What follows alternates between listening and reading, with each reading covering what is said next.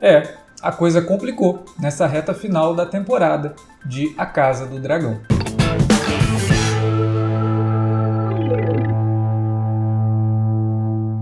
Olá, eu sou o Alexandre e esse é o canal do Cine Alerta. Uma das coisas que eu mais gostava nas temporadas iniciais de Game of Thrones e que A Casa do Dragão tenta seguir à risca é a falta de heróis. Não que A Casa do Dragão seja uma série sobre vilões, mas eu acho que o texto acerta em trabalhar a maioria dos protagonistas numa área cinza, sem apelar pro maniqueísmo barato.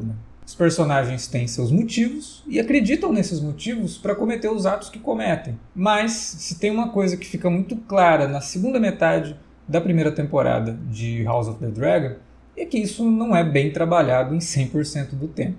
E para falar a verdade, aqui nessa segunda metade da temporada, nessa reta final, acaba gerando uns problemas narrativos bem esquisitos. Muito disso acontece porque, inexplicavelmente, a série pisa no acelerador e mostra uma pressa para contar a história que não condiz com a forma como iniciou toda essa trama. Me trouxe até lembranças das duas últimas temporadas de Game of Thrones, em que as coisas começaram a acontecer tão rapidamente que a gente até perdeu muito a noção da distância dos lugares em Westeros. Em determinado ponto a gente tinha a impressão de que, sei lá, se você estivesse no Vale do Zerrin, era só virar a esquina, você chegava em Winterfell, por exemplo. Em House of the Dragon, isso não se refere exatamente a localidades, mas a velocidade que certos eventos acontecem e que eram eventos que precisavam de mais um tempinho, E aí esses eventos acabam se tornando meros definidores de tempo dentro da narrativa, como o casamento da Rhaenyra com o Daemon, por exemplo. Acontece ali sem muita cerimônia, com perdão do trocadilho, e só vem para indicar o fim do episódio uma mudança de paradigma ali dentro da disputa pelo trono, pelo poder. Alguns saltos temporais que a série lança a mão durante a temporada também acabam soando um pouco abruptos, Principalmente aquele em que há uma troca de atores nos filhos da Rhaenyra e da Alicent. Uma troca que acontece sem antes a série estabelecer ali um pouco mais do relacionamento entre esses personagens. Algo que impacta diretamente em sequências importantes, que tem peso muito mais pelo choque da forma como as coisas acontecem do que por qualquer conexão que poderíamos ter em relação a eles. Mas quando a Casa do Dragão faz o dever de casa, ela faz com louvor, viu? Unindo um texto bem escrito com um elenco muito competente, a Casa do Dragão entrega, sim, e nesse fim de temporada, inclusive, alguns dos momentos mais memoráveis que a gente viu na TV em 2022. Eu não encontro defeitos, por exemplo, no Viserys vivido pelo Perry Considine. E os momentos finais do Viserys foram absolutamente incríveis. O Viserys sai da série como um dos seus personagens mais complexos, e o Perry Considine sai da série com o título de uma das melhores atuações que nós vimos esse ano. E aí eu já não coloco nem na categoria série de TV, não. É uma das melhores atuações que nós vimos esse ano e ponto. A Emma Darcy, no papel da Rhaenyra, também é uma atriz que vai crescendo aos poucos, ocupando o lugar da personagem no momento em que o espectador já estava tão acostumado com a versão jovem da Rhaenyra vivida pela Millie Alcock.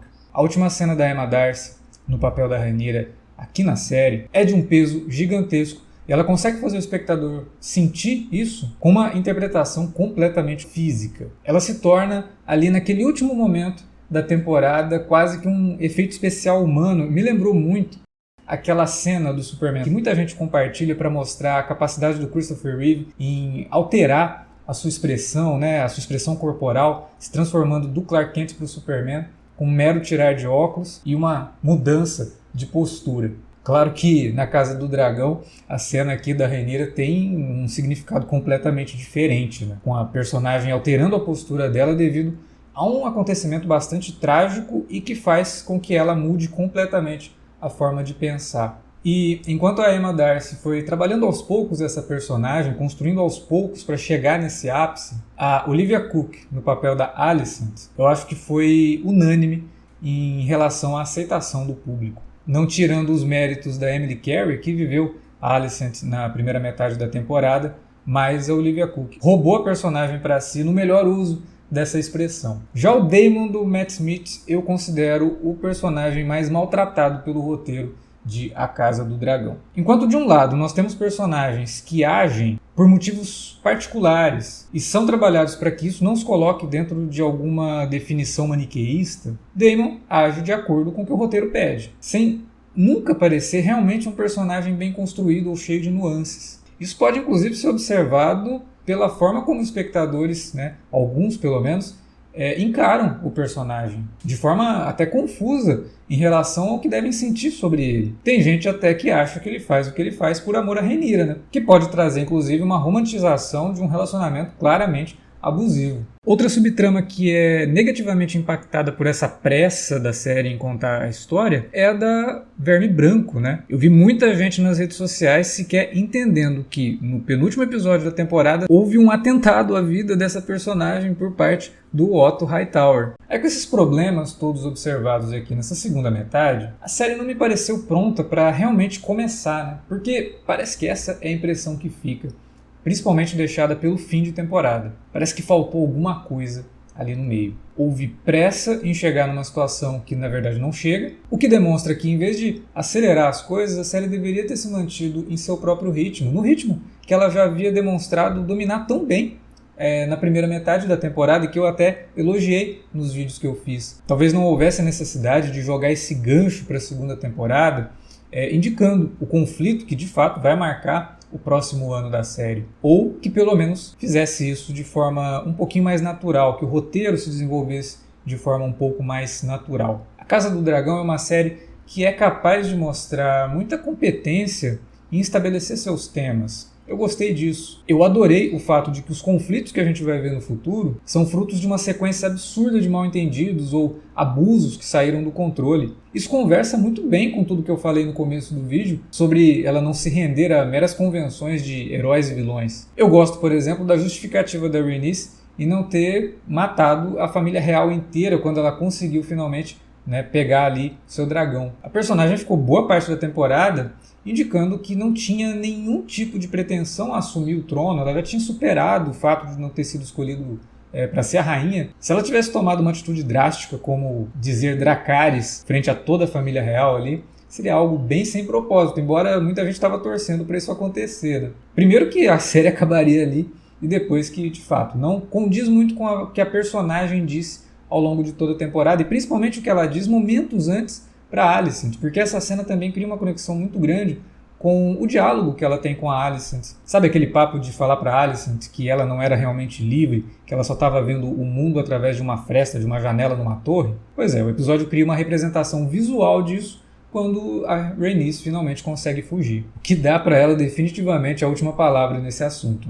Falando em representação visual, não posso deixar de citar aqui aquela incrível mesa de reunião que aparece no fim da temporada. Uma baita sacada do departamento de arte que sempre foi destaque em Game of Thrones e que a Casa do Dragão consegue trazer ali com muita justiça. Muito original, muito bonito e muito representativo, Afinal de contas, temos ali o Westeros literalmente sendo iluminado por fogo, em chamas. E aí, a temporada termina deixando, sim, a impressão de que teremos muito mais conflitos e um segundo ano repleto de muitas reviravoltas, mas também deixa aquele gostinho de que talvez tudo isso não venha com a intensidade que a trama pede. Será que a série vai apostar em mais pressa para chegar no lugar onde ela quer chegar? Ou, na segunda temporada, a Casa do Dragão vai deixar a trama se desenrolar de forma mais natural, com um ritmo um pouco mais comedido? Eu torço pela segunda opção porque eu gosto de ser uma pessoa otimista, mas as lembranças de como Game of Thrones desandou em suas duas últimas temporadas e que